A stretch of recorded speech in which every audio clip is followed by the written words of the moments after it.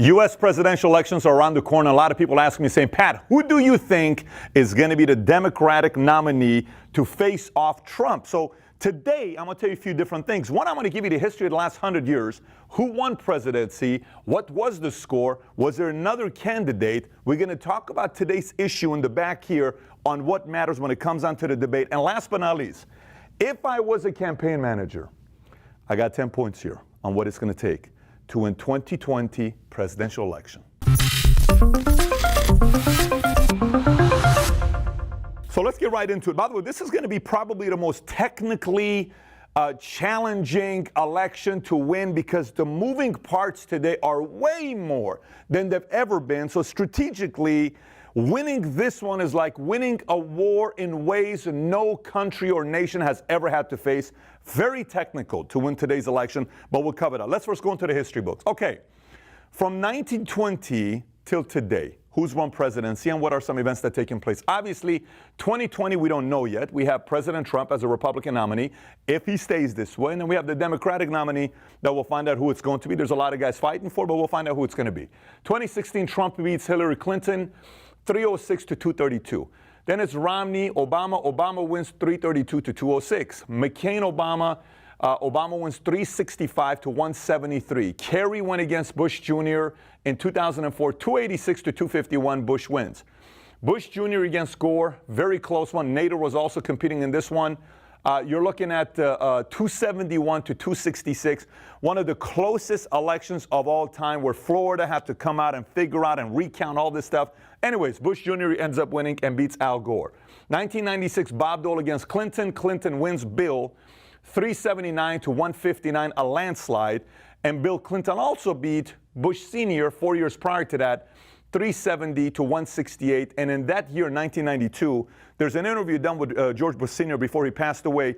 And the interviewer asked a question about, what are your thoughts about Ross Perot? It was the only topic he didn't want to talk about because he got upset when the name Ross Perot was mentioned, because if Ross Perot doesn't run in that election, odds are George Bush Sr. would have won again. He was a former director of CIA, decorated type of a resume, but Ross Perot helped Bill Clinton become president. Very interesting election. Then prior to that was Senior against Dukakis. Obviously, Senior wins 426 to 111. It was interesting when Dukakis tried to go around in the tank and didn't look good. Military kind of people started making fun of them. And in one of the cases during the debate, somebody asked them, what would you do if somebody, was to rape your wife? Would you want that person to get the death penalty? And instead of showing any kind of emotion on what happened to his wife, he just went very logical. And the American people are like, does this guy have a heart? The person asks you the question in the debate, that's your wife. How do you answer just like that? Like it's normal. You can't answer like that. Where is your heart? And so that lost, and the other tank thing hurt him, and the next thing you know, he loses. By the way, he had a chance of actually beating Bush Sr., but ended up changing due to debates and a couple other things. Reagan, Mondale, 525 to 13. Landslide is what we're talking about. And then Reagan, Carter, also a landslide, 489 to 49. And then Ford against Carter. Carter won close race, 297 to 241. Prior to that, Nixon went against McGovern, 520 to 17. Landslide, second biggest landslide based on what we're talking about here. Third biggest landslide we'll talk about here in a minute. Why McGovern lost is a very interesting story on what some of the guys, the nominees, when it comes down to the real debate, this decision, one decision hurt McGovern from the chances of beating Nixon, but it didn't happen. Nixon went against Humphrey, beat him out 302 to 191. George Wallace was also in it, but he won that one. In 1964, Goldwater went against Lyndon Johnson, and that one, obviously, Goldwater lost as a Republican. LBJ won 486 to 52.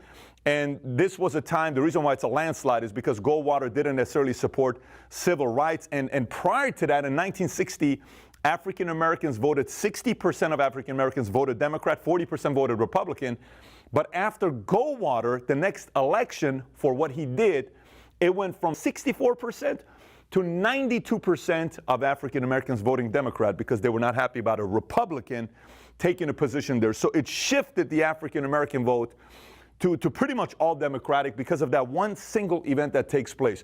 Nixon, JFK, obviously JFK wins 303 to 219. This is very interesting because during that time, in 1950 in America, when elections were being shown on TV and radio, only 11% of Americans in 1950 had a TV. One more time, 1950, 11% had a TV. 1960, 88% had a TV. So when the 1960 debate took place between Nixon and John F. Kennedy, what people didn't know is Nixon had just come out of the hospital and he was sick. He was hospitalized for several days. He didn't shave. He had a 5 o'clock shave. He looked totally tired. And John F. Kennedy showed up tanned, looking good, perfectly shaped, nice suit. 88% of Americans had TV to watch and said, oh my gosh, John F. Kennedy won. But the interesting thing part was that everybody that was listening to the radio, they said Nixon won. Things changed. Again, TV changed the game. JFK wins. Eisenhower against Stevenson, 457-273. Eisenhower wins. Back-to-back, same candidates, 442-89. Dewey against Truman, 303-189. Truman wins. Dewey goes against FDR. Obviously, FDR wins. FDR beats Wilkie. FDR beats Landon. I mean, these are just landslides. FDR beats Hoover. Look at the score of what it was like, 523-8. That is a landslide of landslides. It's the greatest landslide in the last 100 years. Then you got Hoover goes against Smith. Hoover wins. And then Coolidge goes against Robert LaFollette, and he wins. And then last but not least, Harding goes against Coase, and he wins as well, 404-127. So when you look at this, a couple things to think about. The yellows is when a president, the existing president, runs for re-election and they lose. Bush Sr. lost. Carter lost for re-election. Ford didn't ever get nominated for president or vice president. It just so happens that it was a tricky thing that happened that he ended up becoming a president. But when he did run for re-election, he lost. And then obviously Hoover lost as well when against FDR. So when you're looking at this, it's important to know history and events that shift everything with politics. You got to realize a lot of things up here that shifted had to do with social media. You know, Trump had to do with Twitter. Obama had to do with Facebook. You know, it had to do with YouTube. A lot changed there when people started looking at this stuff. Now, today's topics. You hear a lot of different things that's being debated. What could cause an election to be won or lost? What are the topics that are people wanting to know about, people that are watching right now? I was at a place the other day. Guy asked me a question saying, Pat, I'm in Yountville. Yountville is by Napa Valley. Yountville, one of the fun facts is it's a city that has more Michelin star restaurants in Yountville than any other city in the world because people with money go to this place. And a guy comes up and he says, hey, Pat, so what do you think is going to happen with the economy? What do you think is going to be taking place? I said, there's so many moving parts today, more than in my generation, I've never seen so many different moving parts. There's so many things changing now, you got to almost pay attention to the things that's going on. So here's a few things. So 5 key geopolitical issues that are trending right now. Number one is power plays by different countries. What's going to happen? China's trying to play power plays. U.S., Russia. We're talking about trade wars, sanctions, 5G, AI. This is all taking place. And even right now, conversations of China willing to work with U.S. and they're willing to share the 5G technology. They're going back and forth. All of this stuff. I did a video called the U.S.-China Trade War. I think ended up getting 2.5, 3 million views. And one of the things that I said is Trump's playing the card of 5G with sanctions on China with the hopes of China being able to give the technology of 5G for U.S. to be able to do it. And they weren't going to give it to U.S. because a lot of 57 different countries apparently were going to get it, but not the U.S. But now China's kind of starting to be open to because the whole Made in China 2025 plan to become the largest, most powerful empire in the world is kind of shifted just because of sanctions that we have. So we don't still know what's going to happen here, but it's definitely one of the issues. The second point is global economic risk, which is the market crash. That a lot of things pending with a market crash. That could definitely hurt Trump because Trump is always using the economy card. So if it doesn't work for President Trump, that's going to hurt him. Obviously, Brexit, EU, Iran. Iran is not backing down. I mean, they're not sitting there saying, okay, U.S., let's find a way to negotiate, and the whole controversies with what just happened. The foreign minister, if you haven't seen the sit down with CNN, one of the commentators on CNN sits down with the foreign minister of Iran, Mohammad Zarif, you should hear how he answers just the first 2 minutes. Matter of fact, Kai, let's put the link below. Very obvious. He's not being cocky, arrogant. He's just saying, if you want to go to war, we're ready. Let's do it. But we're not backing down. So rather than expecting them to say, let's sit down and negotiate, they're not willing to do that. So that could be friction, especially during a time like this. Point number 3, Saudi stresses and global energy market. Obviously, we know what happened with Saudi recently, where they're blaming Iran, Yemen, who did it? We're not taking responsibility. Then how did you get a strong, drone like this to be able to attack? That's not possible to go hundreds of miles. People, regular guys, can't have the kind of money to be able to have a drone like that. And Iran is saying it's not us. They said they did it. We don't want to investigate it. And it's, again, oil. Who's going to have the power of oil in the Middle East? Iran, Iraq, Libya, terror attacks. A lot of that is in the same place. And then 4 is an eventful year for Latin America. Mexico has a new president who's somewhat like a Bernie Sanders socialist. Brazil has a new president that's somewhat a Donald Trump capitalist. He's changing the game over there with capitalism. Venezuela going through what they're going through with Maduro, and there's still friction there with oil. So Latin America has a lot to do with the election. And then pending war that anytime anything could take place. There's a lot of moving parts right now. President Trump is obviously saying that he is very hesitant to go to war. A lot of people are saying we got to go attack, we got to go attack, we got to go attack. He's kind of holding back because he's never been for war. If there's one thing about him the last 30 years, he's never been for war, and he's trying to avoid it from going, but we'll see what's going to be taking place. So then there's other issues. Immigration. You hear people talking about immigration. What are we going to do with this wall? What are we going to do with, crimes and ICE and the kids? All these things are topics that these candidates are going to talk about. College debt. Elizabeth Warren is talking about the fact that she wants to help kind of the 42 million students that have the debt to wipe theirs out.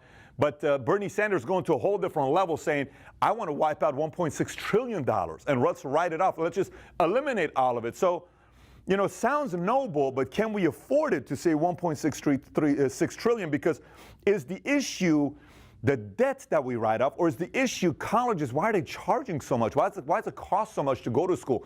Maybe it's not a debt issue. Maybe it's a price issue that colleges need to change their pricing, but that's going to be coming up. Medicare for all, you hear a lot of people saying, who raise your hand if you're Medicare for all, they raise their hands automatically. They're in a category when they do that. Then you got the Green New Deal, marijuana legalization. It's not as big as it was before because it's pretty much being accepted by a lot of states. UBI is going to come up. It's one of the reasons why Andrew Yang came up, because at least he came up saying, this is my plan. He went from no one knowing who he is a day before, and then all of a sudden everyone's saying Andrew Yang, Yang Gang, created a ton of momentum, passed up by a lot of people. I think he's number 4 right now as one of the candidates. Then it's criminal justice, cybersecurity, electoral college, guns, medication, military, a lot of these that will come up. Now, here's my ideas when it's coming down to 2020 election. If I'm looking at who's winning today, there's 10 things I'm going to be thinking about. If I'm on the Democratic side, obviously I know who I'm facing off, and the easiest way to try to beat him is maybe the impeachment thing.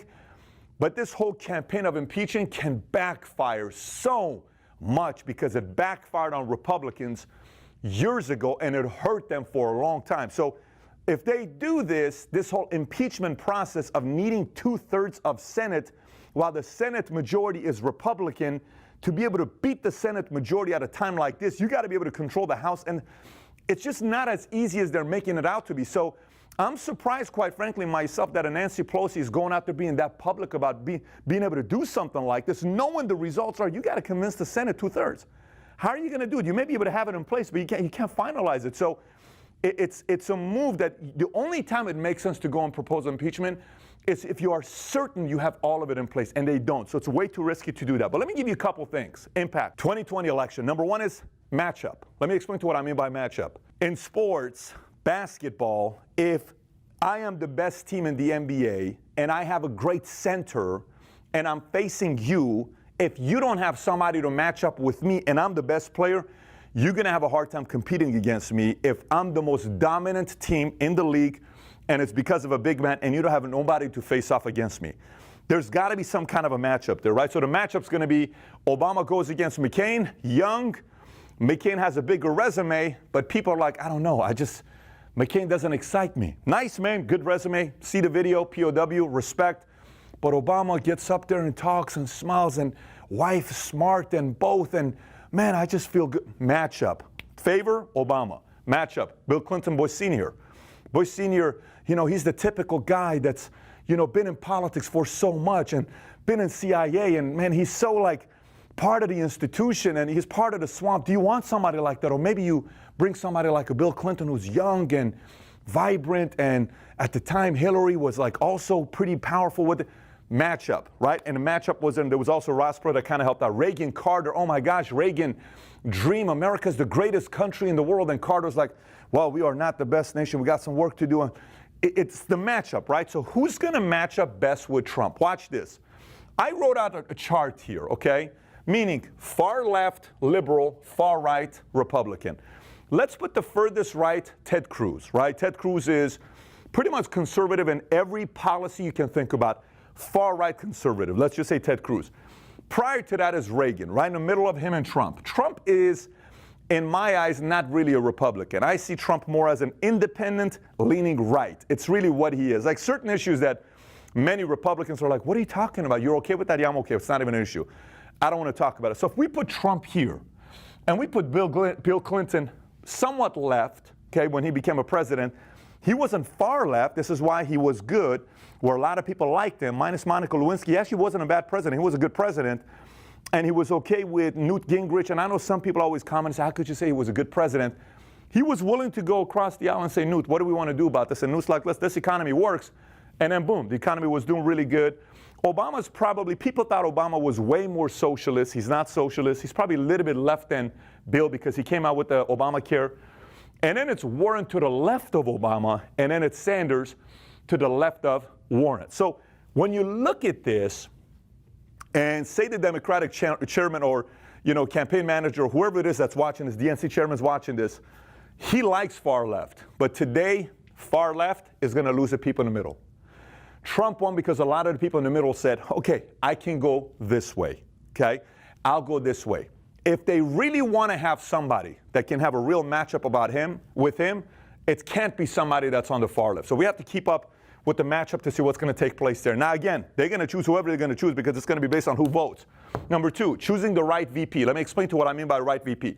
Do you remember here when I explained the story about Nixon and McGovern, why he lost 520 to 17? Here's why. McGovern wins the nominee. He calls all these guys to be his vice president. They all say no. He makes the phone call to Senator Eggleton, who says yes.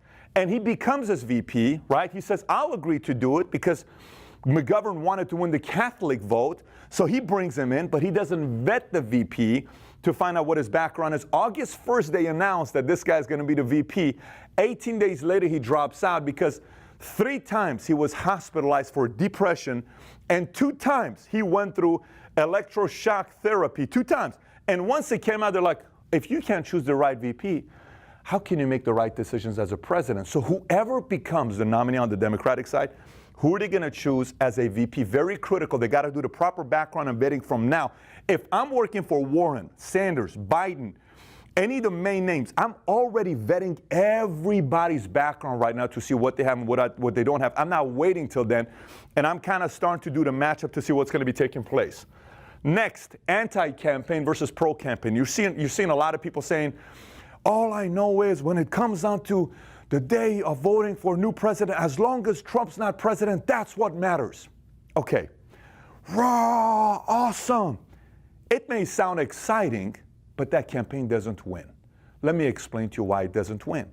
Because anti doesn't necessarily mean we know your plans. O'Rourke is all anti-Trump, white supremacist, all this stuff. Nobody has any clue what his plans are. And he goes and Gene's picture and Vanity Fair and look at me, I'm so cool, people gonna like me, my name is Beto, I'm white, but I can talk Spanish and I'm trying to connect with them, but what are your plans? What are you gonna be doing?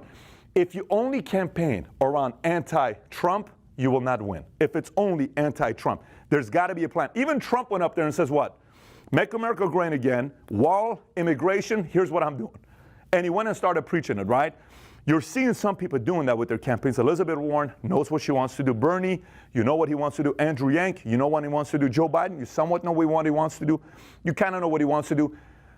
Those are the people that have their ideas. But if they go to a whole anti-Trump thing, it's going to backfire on them because typically history tells us you don't win when you go anti-Trump. You got to go policies. Next, economy 4.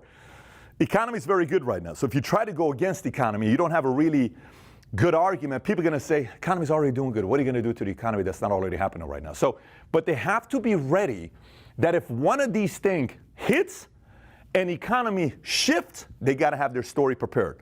Like it's like playing football. Somebody's coming from this side.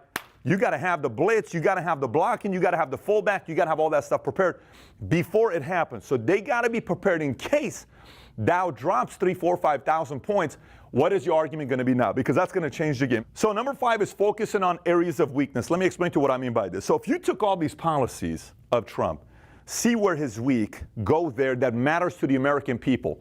For instance, if you go to marijuana and that's what you're going to focus on, but American people are already saying, listen, man, I got it. I'm good. You know, marijuana, it's fine.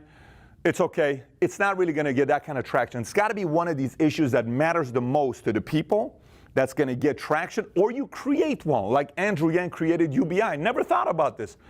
AI's coming. If it comes, it's going to take jobs. We're going to lose trillions of dollars of jobs. We need to give everybody $1,000. And people are like, remember the first time you heard about it, you're like, $1,000 a month, how can we afford that? And it's like, well, maybe that makes sense. He had a plan that no one was talking about. Then everybody started doing research that brought a lot of publicity to him. Now he's being interviewed all over the place because his topic resonated with a certain audience. So let me give you an example here. Obama is debating Hillary. There's a very special moment there. The moderator asks Obama a question, says, hey, Senator Obama, you've been accused of plagiarizing and using other lines of other people they use in their own debates. In this state, this person used these lines and you used it. What do you think about the people that are saying you are plagiarizing your message and it's not really you, you're using other people's message? And Obama got up there and says, look, there's really two lines that I used. It was this line and it's this line. And it was used by this guy. My campaign manager, whom I trust, told me the language of what we want to do is this is what we want to do, and these are some of the things that we may want to talk about. And I used the line. Yes, I did. I did use the line. But here's what I want to do. I hope this debate is not going to get petty, and we're going to talk about lines rather than policies. I'd much rather spend time on policies, and he starts going through listing his policies. Brilliant. He went to what matters to the American people. He says, because American people want to be able to figure out right? Policies. Then Hillary, you know, what do you think about this? And she says, well, you know, Barack, I can appreciate that. You have a very good way of speaking and communicating to people. You're a great speaker. But look, if you're going to go out there and plagiarize, it's not really what you stand for. It's just like being Xerox, your copy machine. She says that. Then Obama says, that's not what that is, Hillary. Like, it's a shot. So that moment, people are like, she went for a shot and he went for policies. We know who ends up winning, right? So if you're going to go a direction and get away from weaknesses, you have to be able to go back and stick to policies. A lot of people don't know how to do that. We'll see who's going to be able to do it at this time. 6, likability matters. People like Obama. They just did. People like Bill Clinton. People like George Bush. You know, people liked, Reagan. People liked some of these candidates. People like JFK. Now, Trump, his audience likes him because he's tough. That's still a part of likability. It's not like, because Trump's the guy that's not, you don't just like Trump. You either love him or you hate him. It's a love-hate relationship, right? But the people who like him, they love him. It's like, oh my gosh, he stands up. He's going to go against Swamp. He still has a high likability score with the people in his party. And it's increasing in certain areas and decreasing in certain areas, but likability matters as well. So when you look at the candidates, who's likable?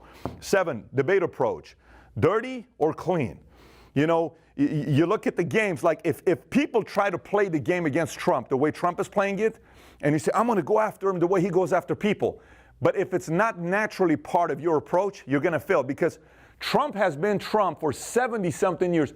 He's been witty for 70-something years. He didn't take a book on masterclass or go watch a video on YouTube saying, 20 steps to being witty. You don't learn how to be witty. You either are witty or you're not witty. So if you try to go at him with being witty, you're going to lose. Just ask Rubio and Ted Cruz. They couldn't do it because it doesn't work if you go at it with them that way. It's not. You got to go, look, I understand you want to go this direction. Here's the policies. But look, in reality, look what's happened in these 3 areas that you haven't paid attention to.